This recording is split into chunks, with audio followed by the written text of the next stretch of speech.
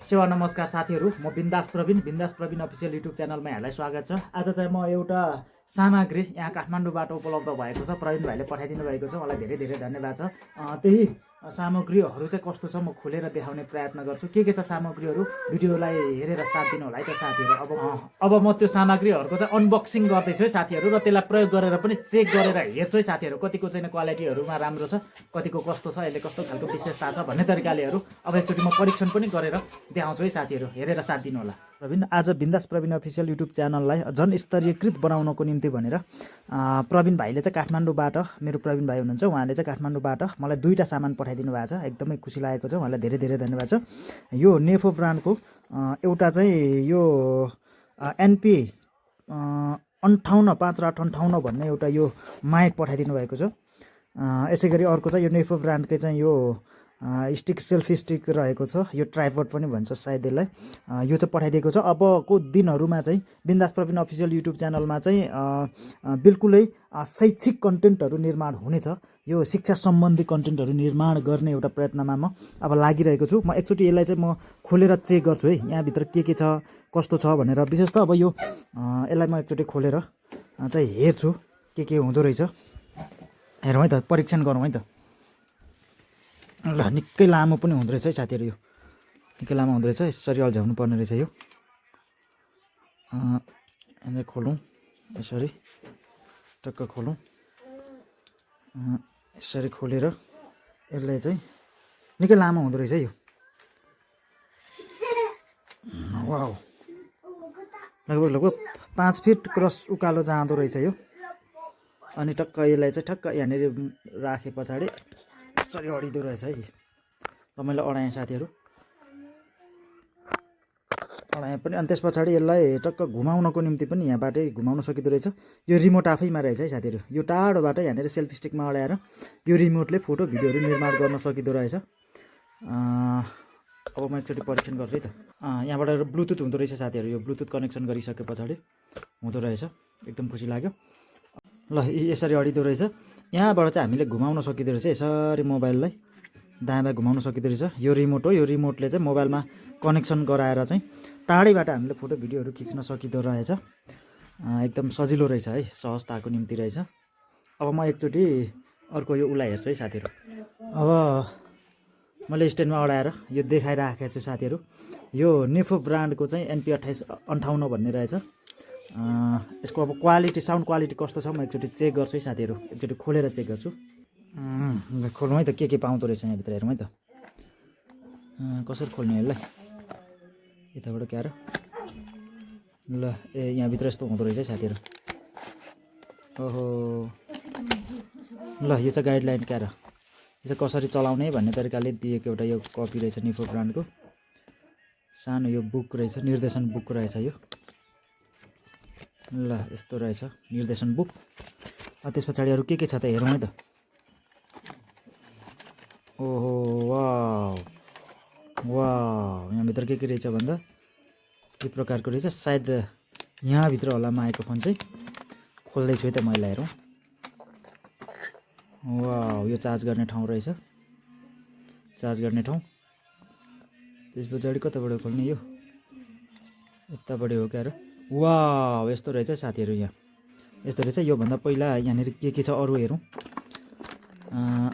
यो भित्र, ओहो, ल, यो चाहिँ सायद कनेक्सन रहेछ है साथीहरू, कनेक्टेड, यो चार्ज कनेक्टर रहेछ, कनेक्टर।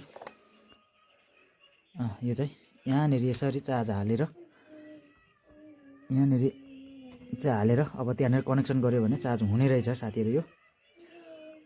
अनि त्यस पछाडि अब यसको हेरौँ है त के छ है त। वाउ, यस्तो हुँदो रहेछ यो चाहिँ। वाउ, यस्तो रहेछ है साथी, दुईवटा माइक रहेछ। ल, यो दुईवटा माइक रहेछ। त्यस पछाडि यो चाहिँ चिप कार्ड रहेछ, यो चाहिँ मोबाइलमा कनेक्सन गरेर चलाउन सकिने रहेछ है, चलाउन सकिने रहेछ। यो चाहिँ क्लिप कार्ड पनि छ, यसरी खोल्न पनि सक्यो। अनि ठ्याक्क कुनै कलरतिर अथवा कुनै कपडामा ट्याप्प टालेर चाहिँ चुम्बकीय शक्ति छ, यसरी चुम्बकीय शक्ति छ, यसरी चलाउन सकिने रहेछ। अब म एकचोटि चाहिँ यो मोबाइलमा कनेक्सन गरेर चेक गर्छु है त कस्तो आवाज आउँदो रहेछ है। अब म यो फ्लिपकार्टलाई चाहिँ मोबाइलमा चेक गर्छु है त। र यो मोबाइल मैले अब सेल्फमा लगाइराखेको छु। अब यसको म भोइस चेक गर्छु है साथीहरू कस्तो आउँदो रहेछ हेरौँ है।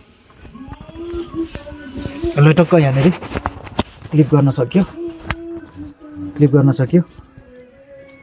त्यस पछाडि यसरी क्लिक गर्न सक्यो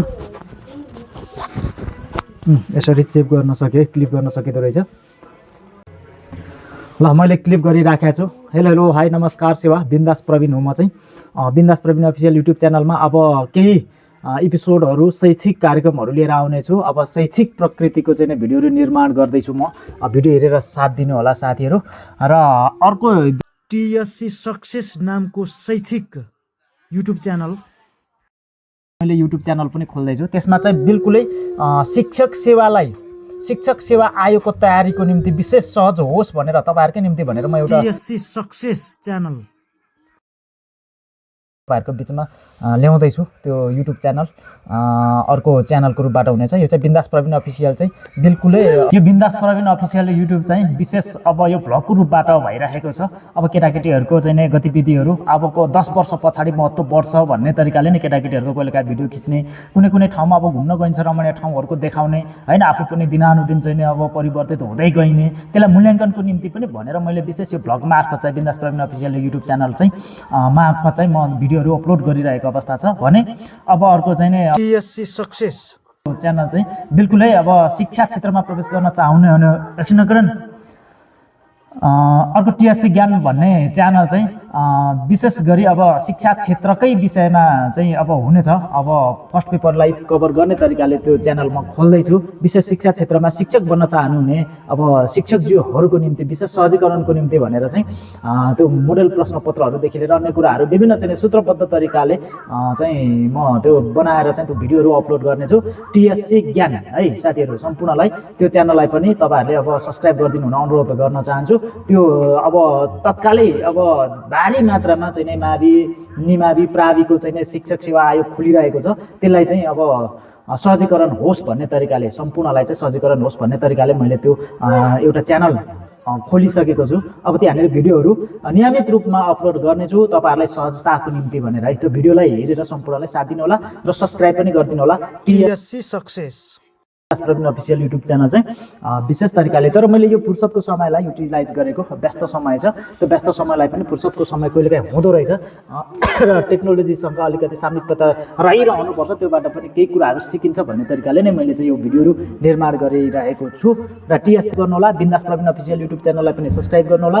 यहाँहरूलाई धेरै धेरै धन्यवाद छ भन्दै यो प्रवीण भाइले पठाइदिनु भएको छ यो माइक यहाँहरूलाई धेरै धेरै बधाई छ है धन्यवाद छ प्रवीण भाइ। अब भिडियोहरू हेर्दै जानु होला है त। भोइस चाहिँ गरिरहेको छु। अब यसको 3टा अप्सनहरू छ साथीहरू। एउटा चाहिँ यो भोइस कन्सोलेसन भन्ने छ अनि अर्को चाहिँ यो इको पनि वाला पनि छ है इको वाला। अब म यहाँनिर यो इकोबाट चेक गर्छु त म ल यो इकोबाट मैले चेक गरिराखेको छु कस्तो भोइस सुनिन्छ नि हेरेर प्रतिक्रिया दिनु होला। अब अर्को छ यो भोइस कन्सोलेसन है कन्सोलेसन्स भन्ने छ यहाँ। अब एकचोटि हेरौँ है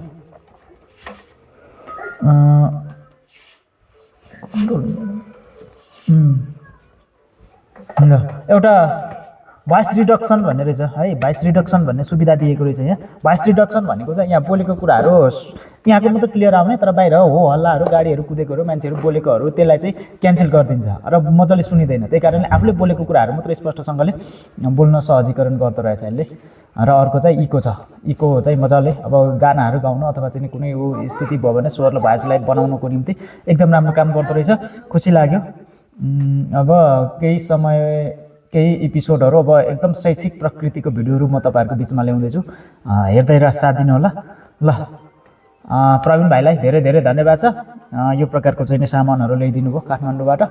अब यो परीक्षणको निम्ति थियो कस्तो भोइस आएको छ हेरेर साथ दिनुभयो। यहाँहरूलाई धेरै धेरै धन्यवाद छ है साथीहरू। एकदम खुसी लाग्यो। ल धन्यवाद प्रवीण भाइ है।